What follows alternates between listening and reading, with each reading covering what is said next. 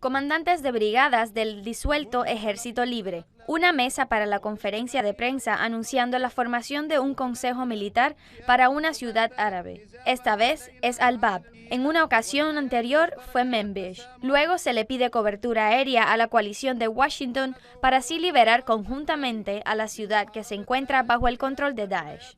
Hacemos un llamado a las fuerzas de la coalición que combate a Daesh bajo el mando de los Estados Unidos para que nos ofrezcan apoyo y respaldo en nuestra lucha para liberar nuestra tierra y nuestra gente de los terroristas de Daesh. El mismo ornamento. Militares árabes turcomanos procedentes de la ciudad de Al-Bab han sido convocados por los kurdos, así como desde Manbij anteriormente, con el fin de facilitar la expansión kurda en un entorno de mayoría árabe, eliminando la sensibilidad hacia los kurdos. Pero ningún consejo militar tiene poder de decisión, sobre todo cuando el objetivo es conectar las zonas que se encuentran bajo dominio kurdo en Al-Kamishli, en el oriente, y Ain al-Arab en Afrin, en el occidente.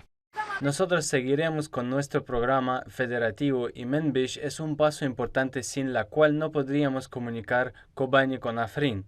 Por lo tanto, nosotros seguiremos con nuestro proyecto y la victoria estará de nuestro lado política y geográficamente. Con la sospecha que tiene Turquía de que Washington tuvo participación en el fallido golpe, el momento no parece ser adecuado para provocar a los turcos y ampliar el ente kurdo hacia Jarablus, pero los estadounidenses constituyen bases aéreas en Ain al-Arab, Irmailan, y un número mayor de sus consejeros se unen a los 500 que ya se encuentran ahí para luchar con los kurdos. La exigencia turca de retirar a los kurdos de Manbij, respetando un compromiso anterior, no se cumplirá. Es más, es posible que el proyecto kurdo exceda el hecho de crear un ente en el norte sirio. El mejor modelo con el que podemos contar en Siria del futuro es desarrollar a Siria para que llegue a nivel de convertirse en federación. En cuanto a Damasco, aparte de su rechazo a aquellos que levantaron la mano en apoyo a una federación que podría conducir a la separación de más de 40.000 kilómetros cuadrados de la nación siria, aún cree que la creación de un ente kurdo es línea roja en la región y a nivel internacional y que los kurdos no se separarán de la nación, no importa cuán lejos vayan con los estadounidenses.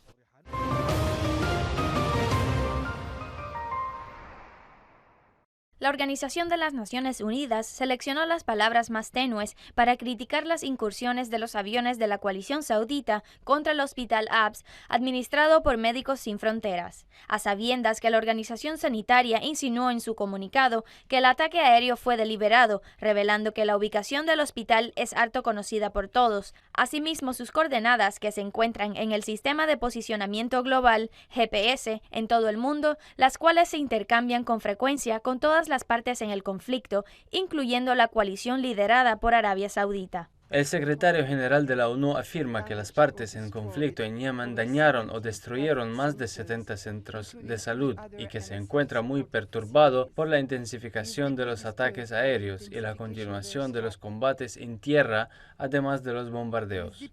Durante el ataque aéreo contra el Hospital Abs, los equipos médicos estaban atendiendo 23 enfermos a quienes se les había realizado o estaban por realizárseles operaciones quirúrgicas y 25 que se encontraban en la sección de maternidad, además de 13 neonatos y 12 niños. La Organización Mundial de la Salud no investiga los ataques contra los centros de salud. Nosotros solo nos ocupamos de las consecuencias de estos ataques y su efecto sobre el funcionamiento del sector salud. Nosotros renovamos el llamado hecho a todas las partes del conflicto para evitar los ataques en contra de los mismos. El sábado pasado murieron 7 niños en una escuela de religión en Sada a causa de un ataque aéreo, y en el mismo día, y eso no lo han mencionado los medios de comunicación, las incursiones aéreas tenían como objetivo en la misma provincia una vivienda en la que murió una señora y sus 4 hijos.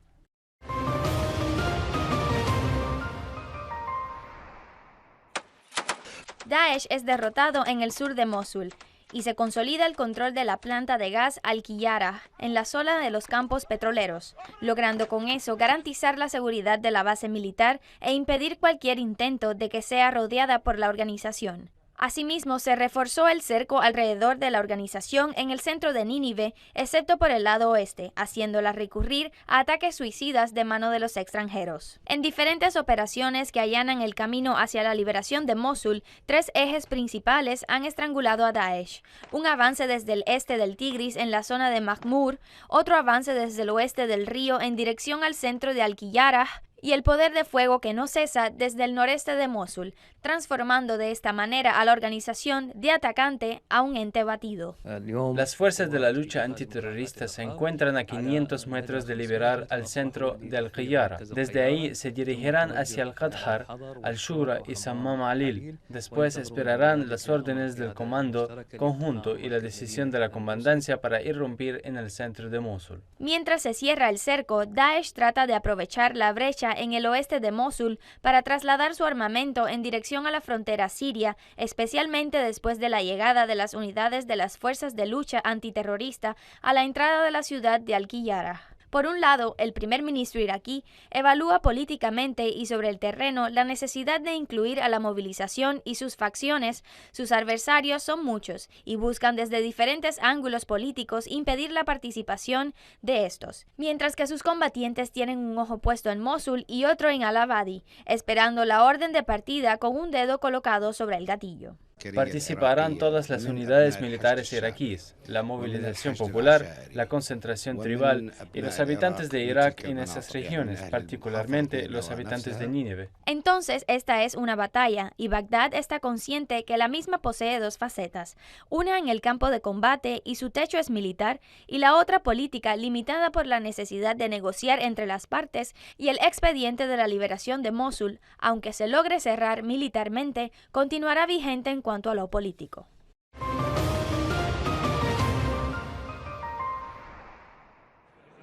La mayor organización sindical en Túnez, la Unión General Tunecina del Trabajo, hace un llamado enfatizando la necesidad de seleccionar personas con aptitud para incorporarlos al gabinete ministerial, afirmando que no existe enemistad permanente ni amistad permanente con ningún gobierno. La Unión expresó su posición en momentos en la que el primer ministro designado, Youssef Al-Shahed, se prepara para presentar a su equipo ministerial ante la presidencia de la República a comienzos de la próxima semana.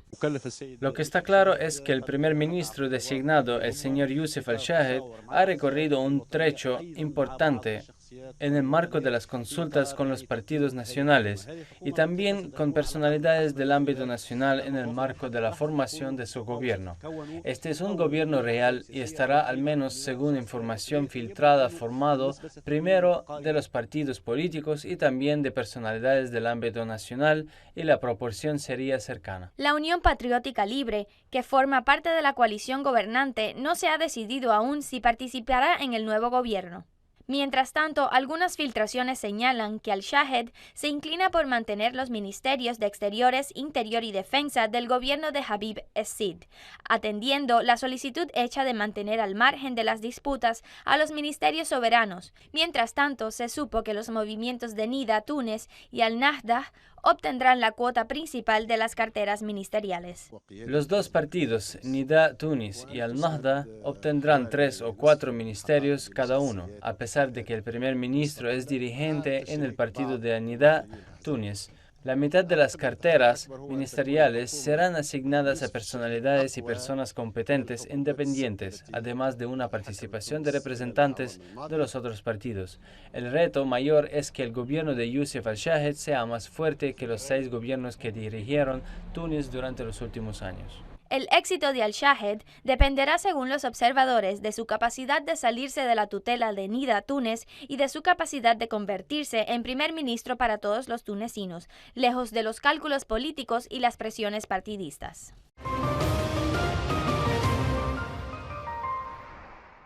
كل القرارات الصعبة اللي تردد كتير على مدى سنوات طويلة الناس خافت انها تاخدها أنا لن أتردد ثانية. El presidente egipcio Abdel Fattah al-Sisi no dudó en tomar decisiones que fueron rechazadas por los sucesivos gobiernos desde hace años, por temor a nuevos estallidos de protestas en Egipto.